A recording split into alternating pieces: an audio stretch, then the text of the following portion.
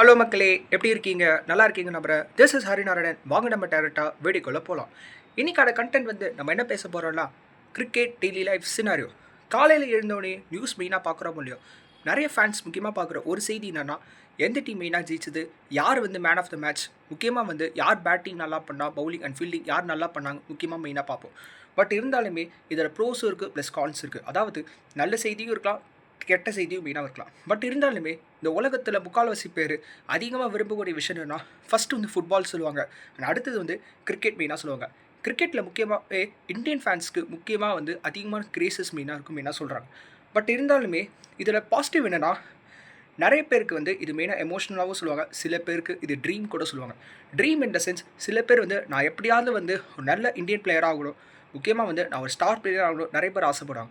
சில பேருக்கு அது கனவுகள் நடக்கலாம், சில பேருக்கு அது கனவு நடக்காட்டியும் போகலாம். பட் இருந்தாலுமே அதிலையும் தாண்டி சில பேர் வந்து சூசைட் பண்ணுற ஸ்டேஜ் வரைக்கும் போவாங்க. அதாவது என்னால் இந்த ட்ரீமை சாதிக்க முடியலேன்னு அந்த அளவுக்கு மன உளைச்சல் ஆளாற அளவுக்கு கூட சில பேர் போவாங்க.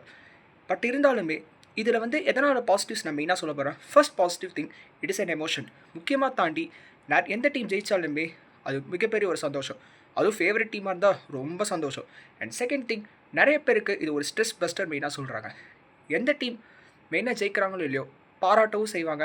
அதே மாதிரி நம்மளோட ஃபேவரட் டீம் ஜெயிச்சா ரொம்ப சந்தோஷமாக வாங்க. மூணாவது என்னென்னா, லைக் ஸ்போர்ட்ஸ்மேன்ஷிப். இதில் வந்து நிறைய விஷயங்கள் மெயினாக கற்றுவும் கொடுக்கும். முக்கியமாக வந்து ஸ்போர்ட்ஸ்மேன்ஷிப் மெயினாக கற்றுவும் கொடுக்கும். இதில் கான்சிக்வன்சஸ் என்னென்னா, ஃபஸ்ட் எடுத்தோடனே வந்து டாக்ஸிக் ஃபேன்ஸ். எவ்வளோ லாயல் ஃபேன்ஸ் இருக்காங்களோ இதில் டாக்ஸிக் ஃபேன்ஸும் மெயினாக இருப்பாங்க. இதே தாண்டி நிறைய பேர் சோஷியல் மீடியாவில் இது வந்து அப்யூஸ் மெயினாகவும் பண்ணுவாங்க.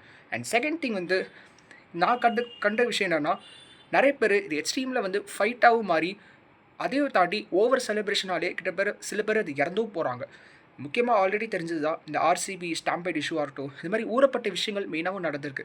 அதை தாண்டி அந்த இஷ்யூவை மட்டும் நம்ம குறை சொல்ல முடியாது. அதேமாதிரி நிறைய வரலாறுகள் மெயினாக இருக்குது, நான் ஓப்பனாக சொல்லிக்கிறேன். அண்ட் தேர்டு நெகட்டிவ் இம்பேக்ட் என்னென்னா, கிரிக்கெட்டில் வந்து நிறைய பேர் வந்து ஓவர் அடிக்ஷனாகவும் இருக்காங்க.